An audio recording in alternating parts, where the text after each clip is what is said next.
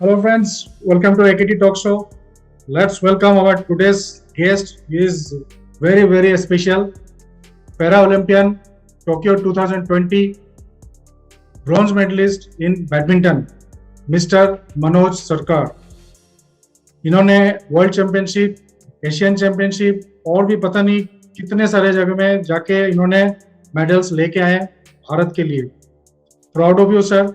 many congratulations and welcome to the show. Thank you sir, thank you so much कि आपने मुझे इतना सम्मान दिया और इस शो में बुलाया. धन्यवाद सर. शुरू करने से पहले मैं पूछना चाहूंगा कि एशियन चैंपियनशिप, वर्ल्ड चैंपियनशिप, उसके बाद ओलंपिक, तो इस जर्नी के बारे में थोड़ा सा बताना चाहेंगे आप? जी. एक्चुअली ये सारी जो कहानी है वो मतलब शुरू से अगर देखा जाए तो बैडमिंटन एक पैशन था, मेरा प्यार था, लव था. तो अभी तक मैंने जितने भी मेडल्स खेले वो देश के लिए, लेकिन अभी तक 47 और ओलंपिक पैरालंपिक मेडल मिला के 48 मेडल अभी तक मेरे पास है, जिसमें वर्ल्ड चैंपियनशिप 3 टाइम का वर्ल्ड चैंपियन हूँ मैं, और डबल्स में सिल्वर मेडलिस्ट हूँ, सिंगल्स में ब्रॉन्ज मेडलिस्ट हूँ, सिंगल्स में, एंड एशियन चैंपियनशिप भी ऑलरेडी गोल्ड मेडल हूँ मैं, और एशियन टू टाइम का एशियन गेम्स का 2 बार का मेडल होल्डर हूँ. 2014 का silver medal holder and then 2018 का 2 ब्रॉन्ज मेडल मेरे पास. तो ये सबकी जो कहानी है, जो मेडल है, ये ठीक है, लेकिन इस बार मुझे लगता है कि ये जो मेडल है ये सब पे भारी है, क्योंकि ये ओलंपिक है. जी सर. सर, एक चीज और पूछना चाहूंगा, आपको किसने इंस्पिरेशन दिया कि बैडमिंटन में ये करना है? क्योंकि आपके इंजरी के बारे में हमने पढ़ा है, विकिपीडिया में, गूगल में पढ़ा है. तो सर, उस इंजरी के बाद क्या चीज है जो आपको मोटिवेट किया कि मुझे कुछ करना है? जी. एक्चुअली सर, बैडमिंटन के नॉलेज के बारे में ना मैं इसमें थैंक यू कहना चाहूंगा, खास करके अपने जहाँ पे मैं रहता हूँ, जिस कॉलोनी में रहता हूँ, इस कॉलोनी के सभी लोगों का, क्योंकि इंस्पिरेशन तो मम्मी थी और सब मोटिवेट उन्होंने ही कहा कुछ करने का, लेकिन मेरा मतलब भाग्य समझ लीजिए कि मैं यहाँ पे जन्मा. क्योंकि यहाँ पे बैडमिंटन शुरू से ही खेला जाता था, सीजनल खेला जाता था, लेकिन सीजनल में ये था कि प्रॉपर रूल्स वाइज खेलते, जो पहले 15 वाले रूल्स चलते थे, चेंजिंग वाले, उस रूल्स में खेलते थे.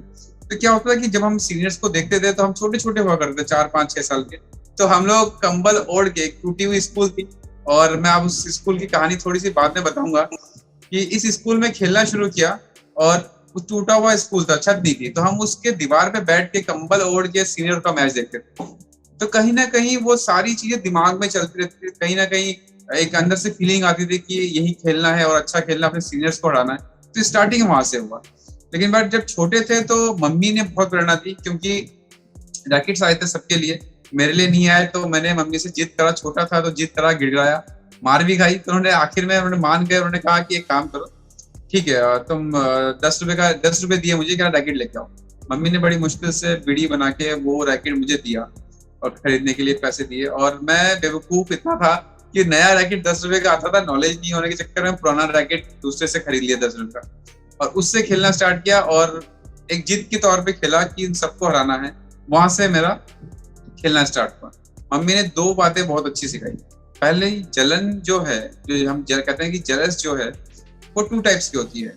कि उन्होंने बाइक खरीदी, तो ये कभी मत बोलो कि उनकी बाइक खराब, ये बोलिए कि उनकी, हो सकता है उनका फंड उतना हो, फाइनेंशियली सपोर्ट उतना कि उन्होंने उस हिसाब से बाइक खरीदी.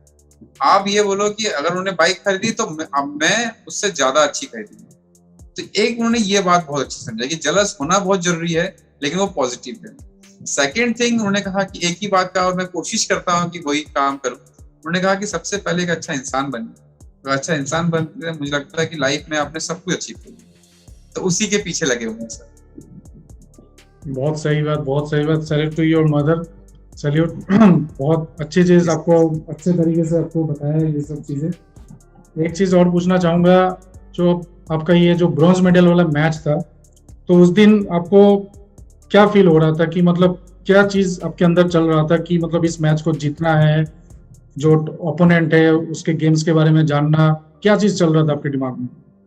देखिए, सबसे पहले बताऊंगा कि सेमीफाइनल मैच हारा मैं डैनियल बेथल से. तो उसके बाद उसी दिन ही शाम को ही ब्रॉन्ज मेडल का मैच था.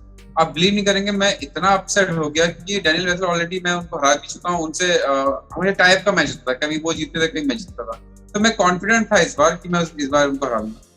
बट गेम मेरे से आप ये बोलिए कि अगर बैकफुट में जाए तो मैंने बहुत ज्यादा प्रेशर ले लिया था पैरालंपिक्स में, और उसकी वजह से मेरा गेम बहुत खराब हुआ, मैं खुद की गलती मानता हूँ।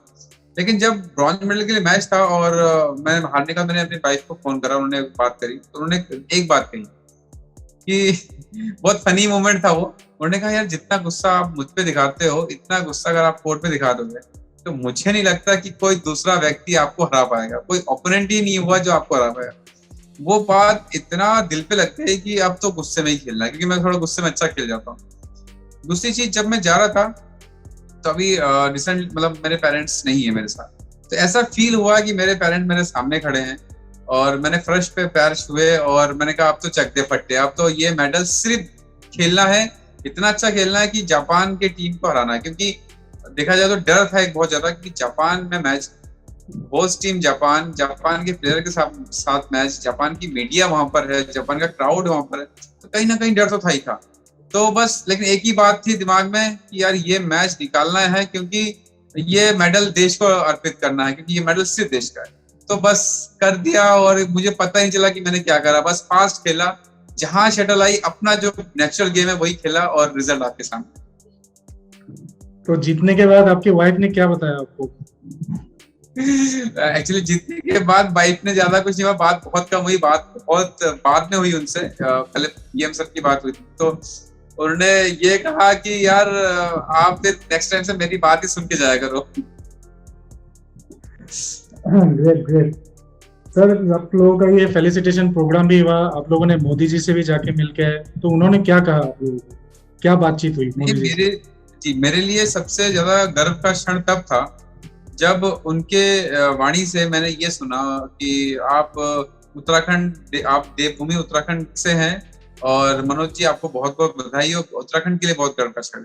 सच में मुझे तब ज्यादा अच्छा लगा, आज तब मुझे लगा कि मैंने आज अपने देश के लिए, अपने प्रदेश के लिए कुछ करा, कि हमारे देश के प्राइम मिनिस्टर सर ये बात बोल रहे हैं। और ये मेरे लिए बहुत इमोशनल पल था कि उत्तराखंड का नाम जब उनके नाम पे आया, क्योंकि मैं उत्तराखंड का पहला और अभी तक एकमात्र पैरा ओलंपियन या ओलंपियन मेडल होल्डर कह सकते हैं। मैं उत्तराखंड का पहला अर्जुन अवार्डी हूँ और अभी तक किसी को अर्जुन अवार्ड नहीं मिला। तो मेरे लिए गर्व का क्षण था कि मोदी जी के मुंह से ये वर्ड सुनना कि आप देवभूमि उत्तराखंड से है, और उत्तराखंड के लिए बहुत गर्व का क्षण। तो आपका ये जो ट्रेनिंग्स वगैरह होते थे उत्तराखंड में ही होते थे? पहले तो मैं उत्तराखंड में ही करता था अपने घर पे, लेकिन अभी कुछ टाइम से मैं गौरव सर के टच में हूँ, जो कोच है मेरे, गुरु हैं, और उनके मतलब अंदर ही हम सीख रहे हैं। लखनऊ में है badminton academy, Gaurav Khanna एक्सीलिया badminton academy, उसी में हम लोग मोस्टली सारे पैरा बैडमिंटन प्लेयर वहीं पे सीख रहे हैं। Great great. तो अभी ओलंपिक के मेडल तो आपने हासिल कर लिया है, अगला क्या कदम है, आगे फ्यूचर प्लानिंग क्या है आपका? देखिए सर, मैंने कुछ गलतियां करी, एक तो उनको सुधारना है इस पैरा ओलंपिक्स में। दूसरी चीज, इसका कलर मैं अपने आप से प्रॉमिस करता हूँ कि इसका कलर नेक्स्ट ओलंपिक में जरूर चेंज होगा, और वो सिर्फ एक ही होगा, वो होगा गोल्ड। क्योंकि मेरे अंदर से जिद खत्म हो गई थी, अब वो जिद दोबारा आ गई है। मम्मी के जाने के बाद जिद बिल्कुल खत्म हो गई थी, कोई फीलिंग नहीं थी, इमोशंस खत्म हो गए थे। अब वो चीजें दोबारा आ रही है, और इस बार इतना प्यार सम्मान मिला, चाहे वो प्राइम मिनिस्टर से हो, हमारे सीएम सर से हो, आप लोगों से हो, तो इतना प्यार सम्मान मिला, तो मुझे वो जिद दोबारा आई है, और मुझे ऐसा अपने आप से विश्वास हो रहा है कि मनोज दोबारा से तो वर्ल्ड नंबर 1 बन सकता है। मैं ऑल द बेस्ट, आपको बहुत बहुत ऑल द बेस्ट मैं कहना चाहूँगा। नेक्स्ट ओलंपिक 2024 जो फ्रांस में होने जा रहा है, तो वहाँ पे आप गोल्ड लेके आइए, हम लोग सब आपके साथ है। हौसला बुलंद है, हौसला नहीं हारना है, और यहाँ से खेलना है। दिमाग स्ट्रांग है तो हम कुछ भी कर सकते हैं। जी सर, बिल्कुल। तो सर, बहुत अच्छा लगा आपसे बात करके। जाते जाते आप कुछ कहना चाहेंगे? Any message you want to give to our audience? सबसे पहले मैं खुशी की 2 बात बताऊंगा, जो मुझे लगता है कि देखिए हमारे उत्तराखंड में थोड़ा सा कहीं ना कहीं हम लोग स्पोर्ट्स जो नियमावली है उसमें थोड़े से कम है, लेकिन आज उत्तराखंड ने मुझे एक ऐसा गिफ्ट दिया, मुझे लगता है कि मेरे लाइफ का सबसे बेहतरीन पल। अवार्ड, रिवॉर्ड, ये सारी चीज अलग होती है, और उत्तराखंड ने बहुत अभी प्रोग्रेस कर रही है, और लेकिन आज उन्होंने गिफ्ट दिया, वो उन्होंने ये दिया कि जिस स्कूल से, जो टूटा हुआ स्कूल था, जहाँ पे मैंने खेलना स्टार्ट करा, आज उस स्कूल का नाम मेरे नाम पे रख दिया।